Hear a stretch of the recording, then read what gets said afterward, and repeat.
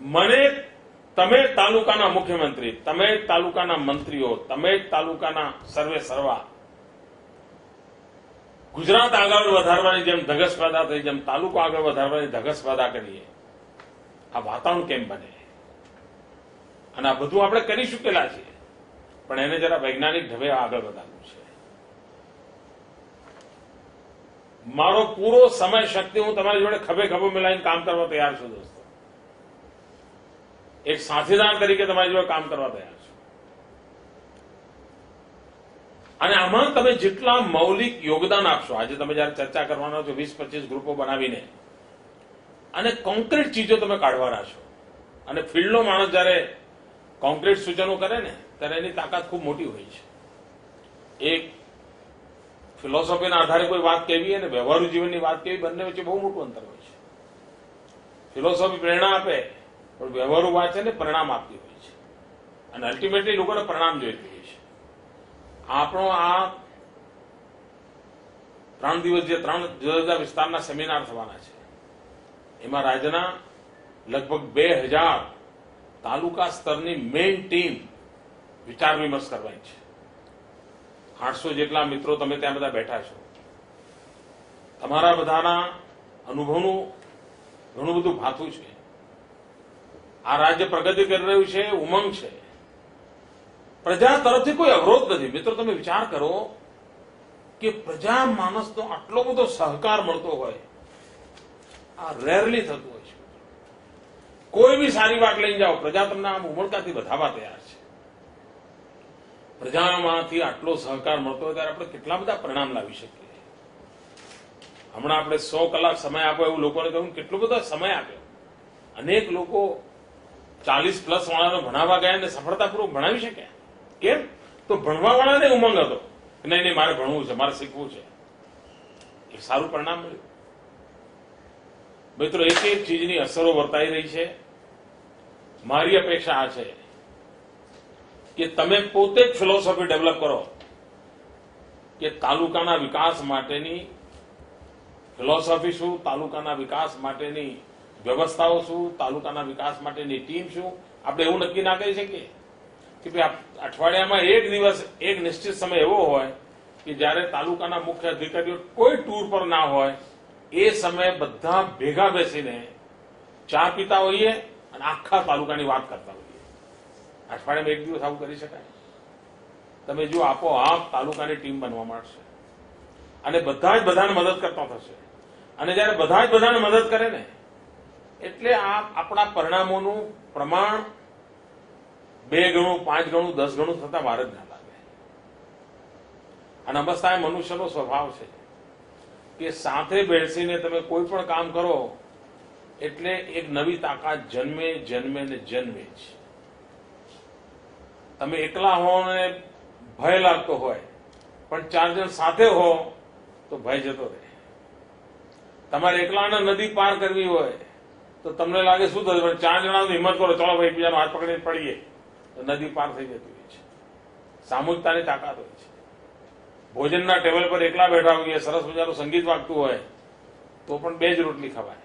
પણ 4 મિત્રો જોડે ગપ્પા મારતા મારતા જમતા હોય, કોઈ આગ્રહ ન કરતું હોય, સંગીત બી ના વાગતું હોય, તો પણ 2ના બદલે 4 રોટલી આપોઆપ ખવાઈ જાય.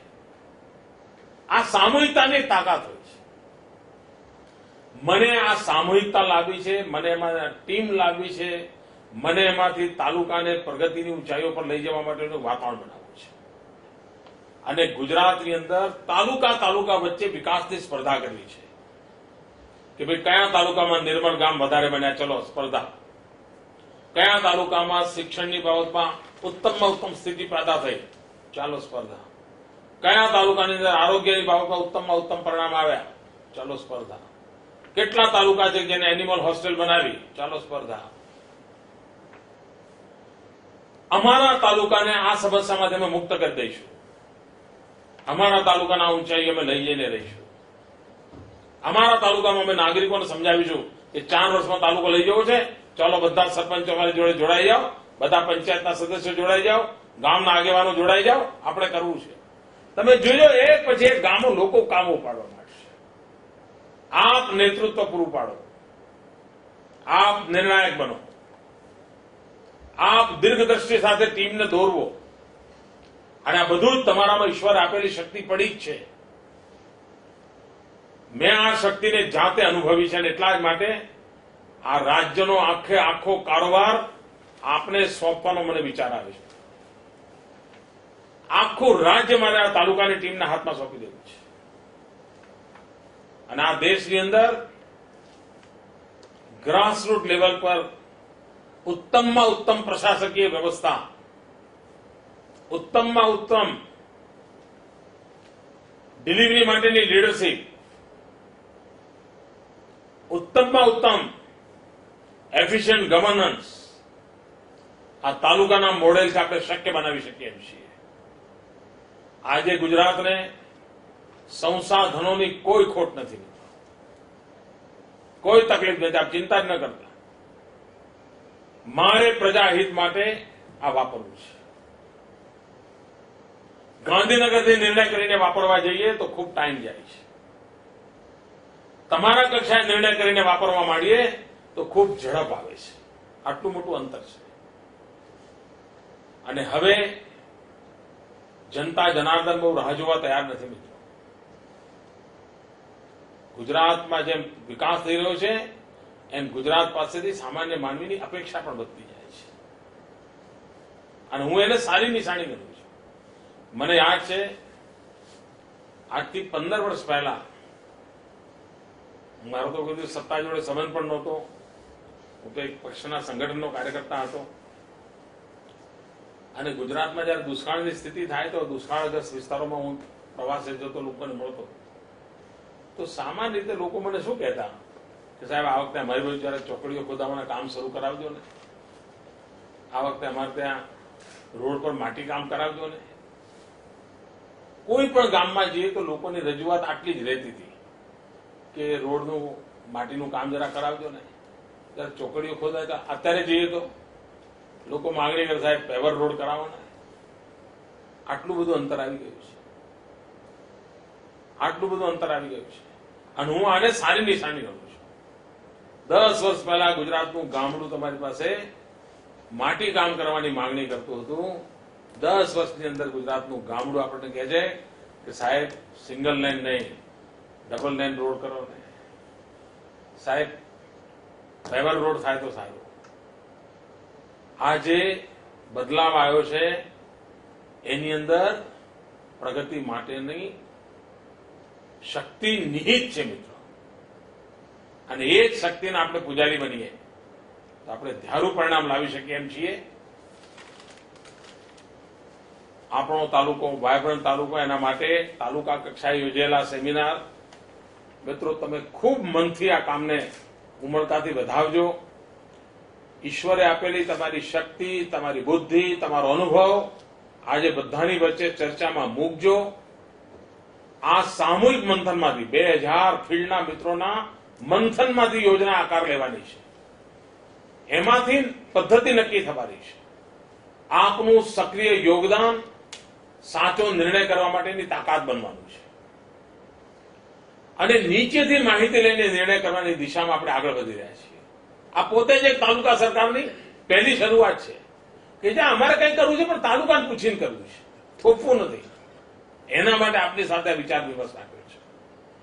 મને ખાતરી છે કે આ 3 સેમિનાર પછી રાજ્ય પાસે પૂરી દ્રષ્ટિ તાલુકા કક્ષાની થિંકિંગની પ્રક્રિયા શું છે એનું બરાબર મેચિંગ થશે, અને એમાંથી એક સુફળ મળે એવી યોજનાથી આપણે આગળ વધીશું.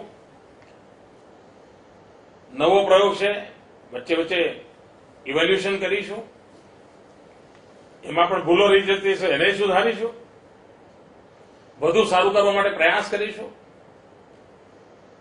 મને ખાતરી છે મિત્રો કે આપનો યોગદાન, આપનો અનુભવ આ રાજ્યની તાલુકા કક્ષાની વિકાસની પ્રક્રિયાને વેગ આપશે. તાલુકા વચ્ચે વિકાસની તંદુરસ્ત સ્પર્ધાની હોડનું આજે વાવેતર થશે, અને આ વિકાસના વટવૃક્ષ તાલુકે દેખાય એવી સિદ્ધિ મળશે એવો મને પૂરો વિશ્વાસ છે. આપ સૌને મારી અંતઃકરણપૂર્વક ખૂબ ખૂબ શુભકામનાઓ છે.